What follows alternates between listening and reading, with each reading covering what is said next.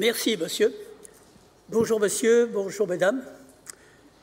Bien, lorsque les responsables de ce séminaire m'ont demandé de parler des ressources en eau souterraines entre le Rhône et les Pyrénées, j'avoue que j'ai chancelé. Pourtant, je disposais à l'époque, je dispose toujours d'ailleurs, de beaucoup de documents. Le premier étant l'atlas hydrogéologique qui a été fait par la SAFER en 1970 sur toutes les ressources en eau souterraines du Languedoc-Roussillon, plus des thèses, plus mon expérience personnelle. Alors, que vous dire?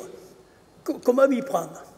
Eh bien, comment m'y prendre? Grâce à vous, j'ai trouvé quelque chose, je vais vous le soumettre et vous allez me dire après ce que vous en pensez, si je vous ai convaincu. La première chose à voir, c'est que quand je travaille sur le terrain, quand je travaille dans l'Aude, quand je travaille dans l'Hérault, quand je travaille ailleurs, je vois des unités. Mais en fait, je vois des morceaux. Je vois la plaine du Roussillon, je vois les Corbières. Mais tout ça, c'est faux. De moins, c'est fragmentaire. En fait, grâce à vous, j'ai pu découvrir qu'il existait, alors je ne sais pas comment on trace, il existait une bande continue d'aquifères situés entre le golfe du Lion, la base du Massif central, constituant des bandes continues qui figurent sur ce dessin. En rouge, par exemple, vous avez les aquifères, et je vais prononcer un mot très important pour la suite, les aquifères renouvelables qui sont situés dans les schistes, les granites, d'où vous partez de l'est, vous allez au sud-ouest, vous avez les Gouelles, vous avez les Cévennes, vous avez la Montagne Noire, vous avez le Moutoumet, vous avez les Alberts et vous avez le Canigou. Bien, ça forme la première ceinture rouge constituée par des roches fissurées susceptibles de contenir de l'eau et c'est une région où il y a des aquifères. Alors vous allez dire, c'est bien beau ça, vous êtes prof, vous racontez des histoires. Non, la preuve c'est que chaque fois qu'on a fait des forages là, on a trouvé de l'eau. Je vous expliquerai après comment il faut faire le forage. La deuxième ceinture qui recouvre tout cet ensemble, c'est l'ensemble bleu qui est là. Et qu'est-ce que c'est l'ensemble bleu? Ce sont les massifs calcaires. Et ces massifs calcaires, ils démarrent où? Ils démarrent dans le Gard. C'est la garrigue du Gard. C'est ensuite la région de Montpellier. C'est ensuite la région aussi de Narbonne, puis les Corbières. C'est un second grand réservoir. Et celui-là, ce réservoir, il contient de l'eau renouvelable, ça c'est important, avec de très fortes quantités.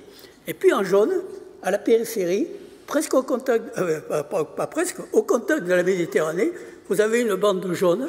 Et cette bande jaune, ce sont des terrains de l'ère tertiaire, c'est des sables, des graviers. Alors je vais partir du Roussillon, vous avez le Roussillon, la plaine d'Arborne, vous avez la région languedocienne et vous avez les costières qui sont situées dans le Gard. Et là, je n'avais jamais vu. Alors grâce à vous, j'ai pu voir qu'il y avait ces trois zones qui étaient superposées, qui sont là. Et alors pourquoi je ne l'ai jamais vu? Et pourquoi on ne le sait pas? Parce que tout ça, en fait, ces réservoirs qui sont comme des assiettes empilées les unes au-dessus des autres, en fait, elles ont été découpées par l'érosion. Chaque fleuve en a découpé un morceau. L'Hérault, le Gardon, on a découpé un morceau. L'Hérault, on a découpé un morceau. L'Orbe, on a découpé un morceau. Alors chez nous, dans les Pyrénées-Orientales, c'est fragmenté par la glie, par la tête, etc. Et c'est ça qui est important. Alors quelles sont les propriétés de ces roches? Vous allez avoir, pour que l'eau puisse être contenue sous terre, il faut qu'il y ait des vides. Si vous avez un bloc, il n'y a pas d'eau. Alors, dans le granit et les schistes périphériques, on appelle ça des aquifères de fissure. C'est-à-dire la roche a été cassée par des mouvements géologiques et là-dedans, vous avez des fissures. Et quand il pleut, ça se remplit d'eau. C'est de l'eau renouvelable, mais il n'y en a pas de très grosse quantité.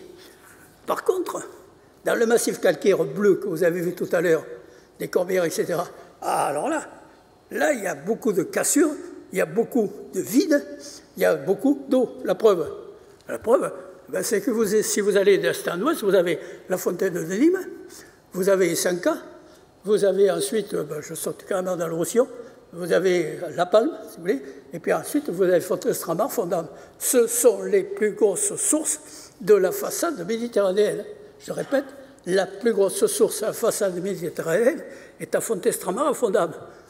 Et pourquoi il y a de l'eau? Pourquoi il sort tant d'eau? Ben, c'est parce que le réservoir est plein d'eau. Et là, c'est de l'eau renouvelable. Et là, ça doit être l'objectif principal.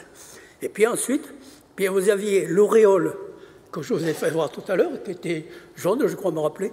Et cette-là, ce sont des alluvions, des sables. Mais là, l'eau n'est pas renouvelable. Et ça, c'est important. Parce que, par exemple, en Roussillon, tous les forages agricoles sont interdits dans la plaine du Roussillon parce qu'on exploite une réserve d'eau non renouvelable. Mais je sais qu'on va en parler. Alors, comment circule l'eau là-dedans? Ben, dans le granit, je viens de vous le dire, par des fissures, par des vides. Vous les voyez ici sur ce dessin. Parfois, la pression est telle que l'eau jaillit. Le monsieur qui est à droite, là, c'est M. Martin, vous avez peut-être entendu parler. Ce M. Martin fait faire un forage aux angles et l'eau jaillissait avec un débit naturel, artésien, de 20 mètres cubes d'eau. 20 mètres cubes, il jaillissait, même plus que ça, que je raconte, il jaillissait 120 mètres cubes d'eau à l'heure de ce forage et l'eau était artésienne. Vous voyez, elle montait à cette hauteur. Dans les calcaires, alors là, il y a une erreur de raisonnement extraordinaire, c'est qu'on raisonne toujours sur la présence de l'eau dans le calcaire en se référant aux grands cosses. Et il n'y a pas de grandes réserves d'eau dans les grands cosses. Je connais, j'ai fait ma thèse là-dessus. Le seul endroit où j'allais trouver, c'est pour la cavalerie, mais c'était dans une structure particulière. Mais par contre, dans les corbières, les massifs languedociens calcaires, la clappe, etc., tout ça est brisé, cassé. L'érosion a eu des effets formidables. Et quand la roche est plissée, et les calcaires, par exemple, des corbières, je parle de cela parce qu'ils connaissent bien, descendent jusqu'à 1000 mètres de profondeur en dessous du niveau du sol. Ça fait donc 1000 mètres de réservoirs fissurés, karstifiés, susceptibles de contenir de l'eau. Alors là, il faudrait peut-être qu'un jour, on en parle, mais peut-être, excusez mon enthousiasme, mais je continue, malgré l'âge, à faire ça. Alors comment circule l'eau? Dans les alluvions, les sables, elles circulent très, très lentement. Elle n'est pas renouvelable. Une goutte d'eau va mettre beaucoup de temps. Et je vous expliquerai qu'on peut dater l'eau. Dans les massifs, alors on a des moyens, comment on va récupérer tout ça? Eh bien, on a des moyens techniques, maintenant, modernes, de récupérer ça. On a les études classiques du géologue qui va déterminer l'endroit, parce qu'à un moment donné, il va bien falloir déterminer l'endroit où on va faire, moi, quand je vais chez quelqu'un qui me le demande, de faire un trou de 120 mm de diamètre dans une montagne pour trouver de l'eau. Bon, imaginez que sur le plafond, il y a quelqu'un qui veut y attraper, ben, il y a là-bas, mon verre d'eau qui est là-bas. Hein. Il faut quand même un petit peu réfléchir. Alors on a les moyens modernes. On a la gravimétrie, on a les sondages électriques, mais tout ça vous avez sans doute entendu parler. Et puis, le problème, et je l'ai soulevé tout à l'heure, l'eau est-elle renouvelable ou pas renouvelable? Ah, alors comment on va savoir ça? Ben, on va dater l'eau. Dater l'eau. La première datation de l'eau dans le Languedoc a été faite par le Rotary, à qui j'ai déjà fait une conférence. Et bien, qu'est-ce qu'on pourrait faire vous aider? J'ai dit dater l'eau. Bon, ils ont atterri. Bon, on a daté l'eau du Roussillon, et ailleurs c'est pareil, en cherchant des traceurs. Les traceurs, il y a des traceurs isotopiques. Le plus ancien, c'est le carbone 14. Le plus récent, ce sont ceux qui sont mis en place par les hommes. Il y a eu, au cours des bombes atomiques, le tritium qui a été mis en place. Bon, il n'y a plus de bombes atomiques, le tritium a disparu. Et puis surtout maintenant, alors, c'est une catastrophe, et très bien, il y a le CFC, le carbone-fluocarbone. Il y en a partout, mais il n'y en a que depuis 50 ans. Ce qui fait que lorsque vous cherchez, vous voulez dater une eau, vous cherchez s'il y a du CFC. S'il y a du CFC, ça veut dire que c'est une eau récente, qui est renouvelable, et donc il va falloir faire attention.